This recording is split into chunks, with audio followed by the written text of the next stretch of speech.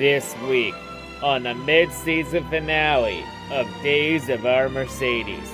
The Silver Arrows are coming off a double podium result, aka their best result of the season in France, with Lewis Hamilton getting his best finish of the season in second, and George Russell adding another podium to his impressive consistency of top 5 runs.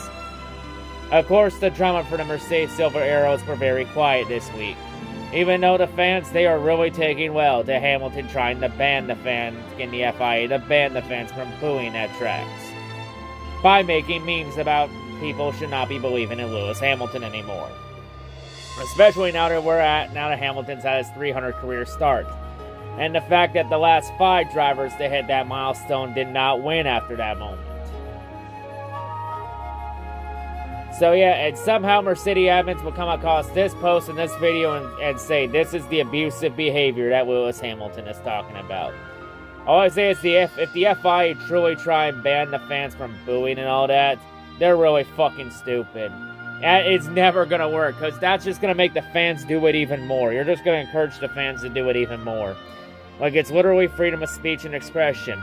If the fans don't like you, they don't fucking like you. Simple as that.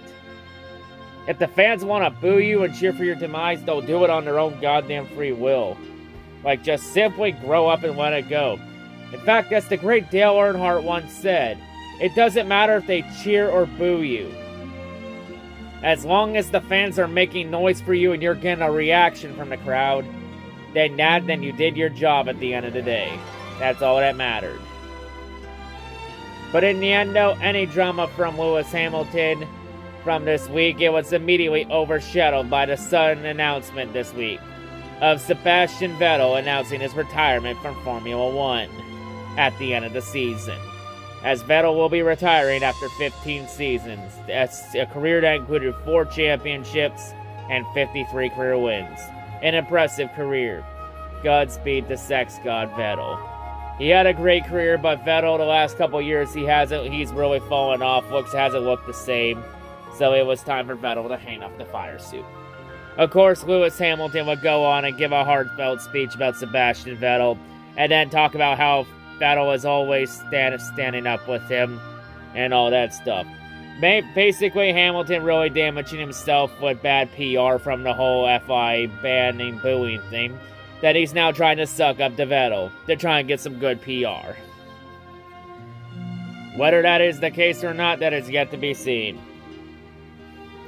But in the meantime, the Silver Arrows got one last race to go through before we hit the summer break, as they will be heading to Hungary, a track that has been very favorable to Hamilton, as Hamilton has dominated that track like the back of his hand. In fact, the last time we went this far into a season without Hamilton winning a race, it was 2013, and Hamilton ended up winning Hungary. Just gonna leave that there for you.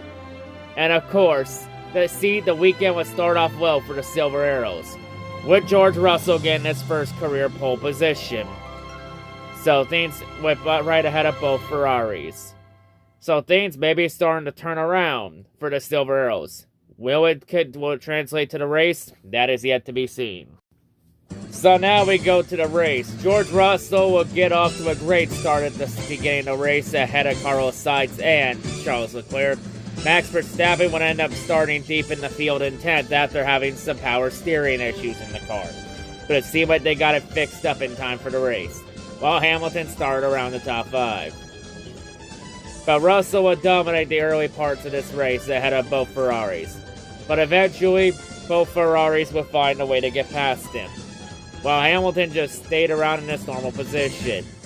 But for Verstappen, he would climb through the field like a man possessed, because he has that championship drive and attitude. Eventually, Carlos Sainz, he would come down pit road, and Ferrari would sabotage him with a slow pit stop. Oh look, Ferrari doing Ferrari things. And then during that time, George Russell would then pit, meaning that Charles Leclerc would have the lead for the most part. And it looked like a race where Ferrari was going to get Leclerc on the podium, and maybe get Leclerc his 4th win of the season, and oh boy, this moment here is when Ferrari decide to go really full Ferrari. When they decide to pit Charles Leclerc, and they put him on hard tires. Why the fuck would you put him on hard tires when everybody else has struggled on that tire all fucking weekend? Like, it was a strategy call that was so fucking stupid. Even former F1 drivers Marcus Ericsson and Romain Grosjean were both questioning what the fuck Ferrari was doing. When those two are questioning what the fuck Ferrari is doing, then you truly fucked up somewhere. But during all this madness, Max Verstappen would find his way to the race lead. And then eventually, Ferrari would pit Charles Leclerc again for soft tires when they realized they fucked up. The fact that you didn't put him on mediums or soft tires to begin with shows how fucking stupid Binotto and Ferrari truly is. Like, I get it if it happens every once in a while, like, you're gonna have bad races like that, shit happens. But when you're having bad strategy calls nearly every single fucking week, that is normally the signs of a bad team. Binotto is a bad team principal. But he's probably going to be around next year because, Ferrari's second in the Constructors' Championship and they have 4 wins this year. That's going to be enough to fool the Tifosi to keep him around for another year. But meanwhile, up front, with Ferrari sabotaging themselves, Mercedes would take advantage to get up on the podium, and Hamilton would get up to second. But once again, despite Mercedes' best efforts, it still wasn't enough. As Max Verstappen and Red Bull would outsmart the field on pit strategy, and Verstappen goes all the way from 10th to win the race in Hungary. So Verstappen, despite looking like he was in a massive hole, his team was able to dig out of it and gets his 8th win of the season and heading into the summer break with some very positive momentum.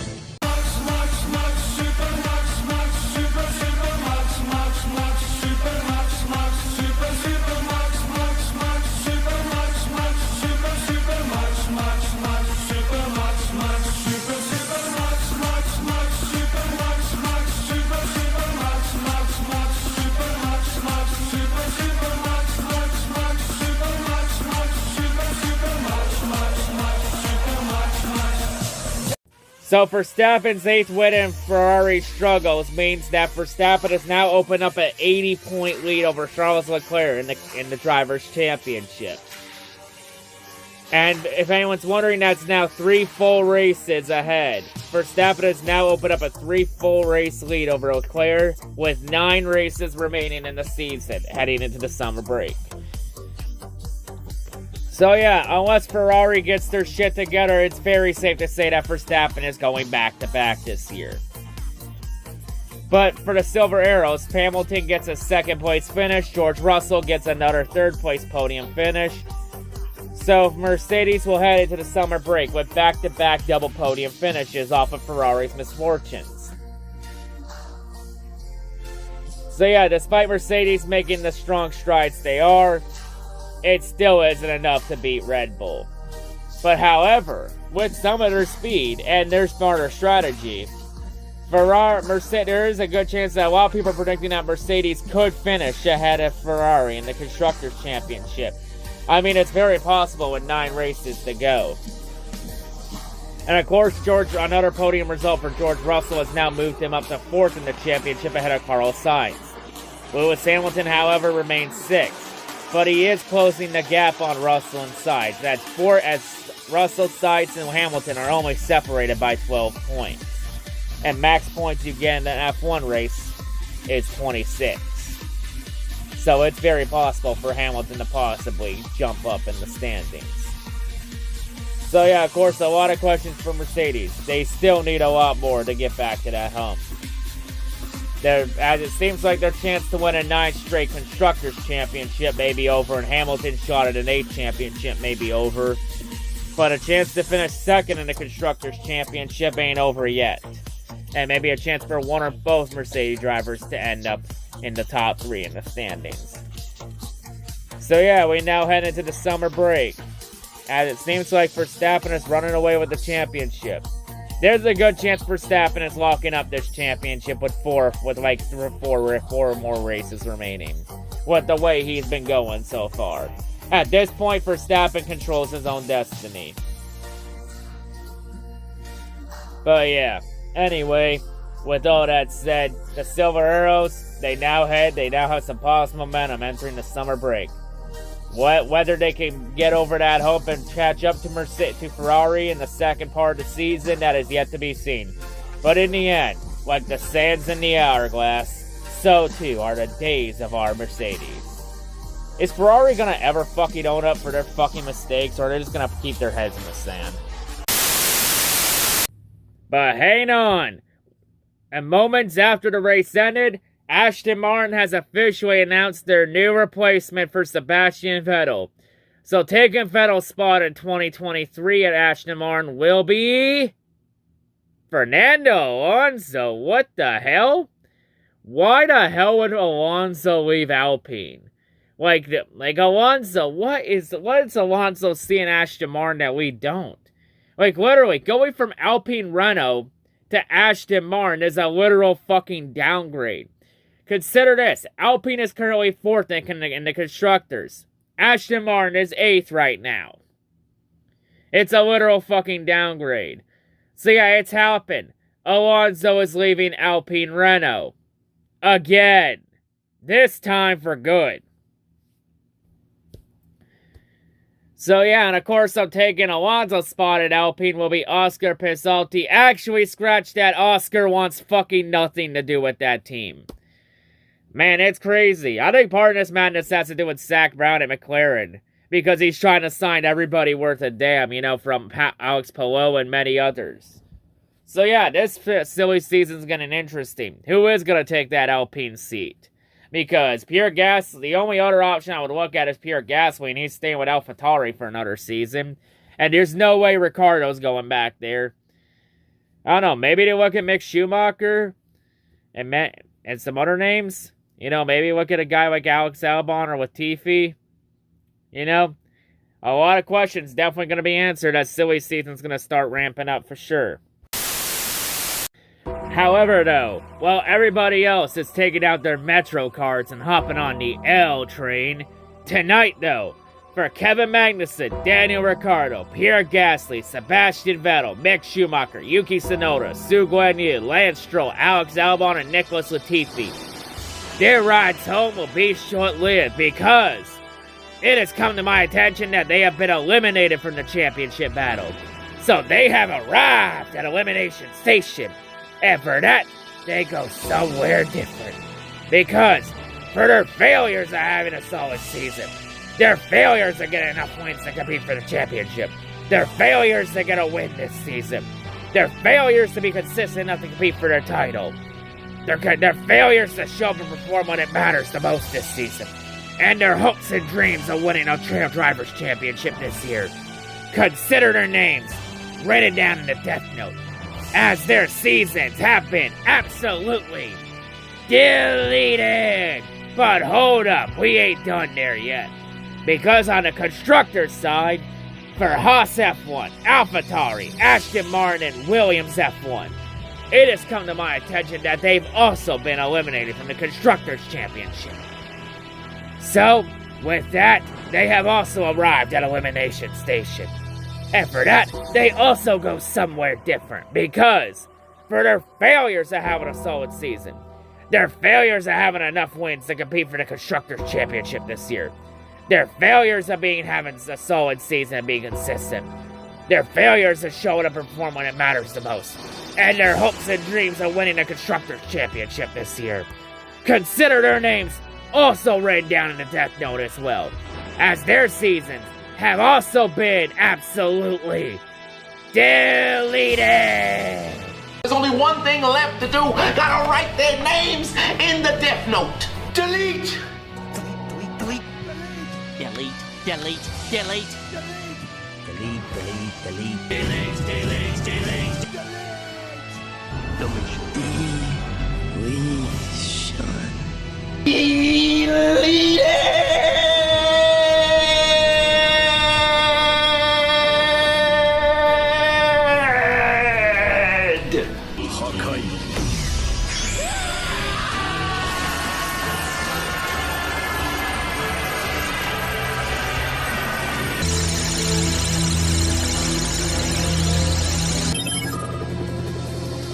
You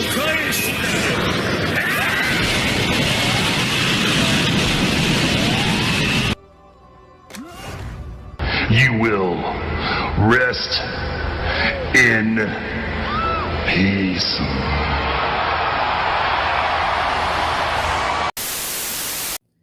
Real quick though, before I end off this episode of Days for Mercedes, I just want to give a shout out to everybody watching the video, and for everyone that's watched every episode so far up to this point, I just want to say thank you for your support for this series. You know, your support, like this series, wouldn't be possible without all your support. I appreciate every last one of you for supporting. So, from the bottom of my heart, thank you. Really appreciate. And yes, yet there will be no episode during the summer break. Days of Our Mercedes will return at the end of August for the Belgian Grand Prix. We will be back we'll be back there. That's when the mid-season premiere will be. So yeah, to everybody that supported these episodes of Days of Our Mercedes, thank you. And I'll see you all at the end of August. See you later.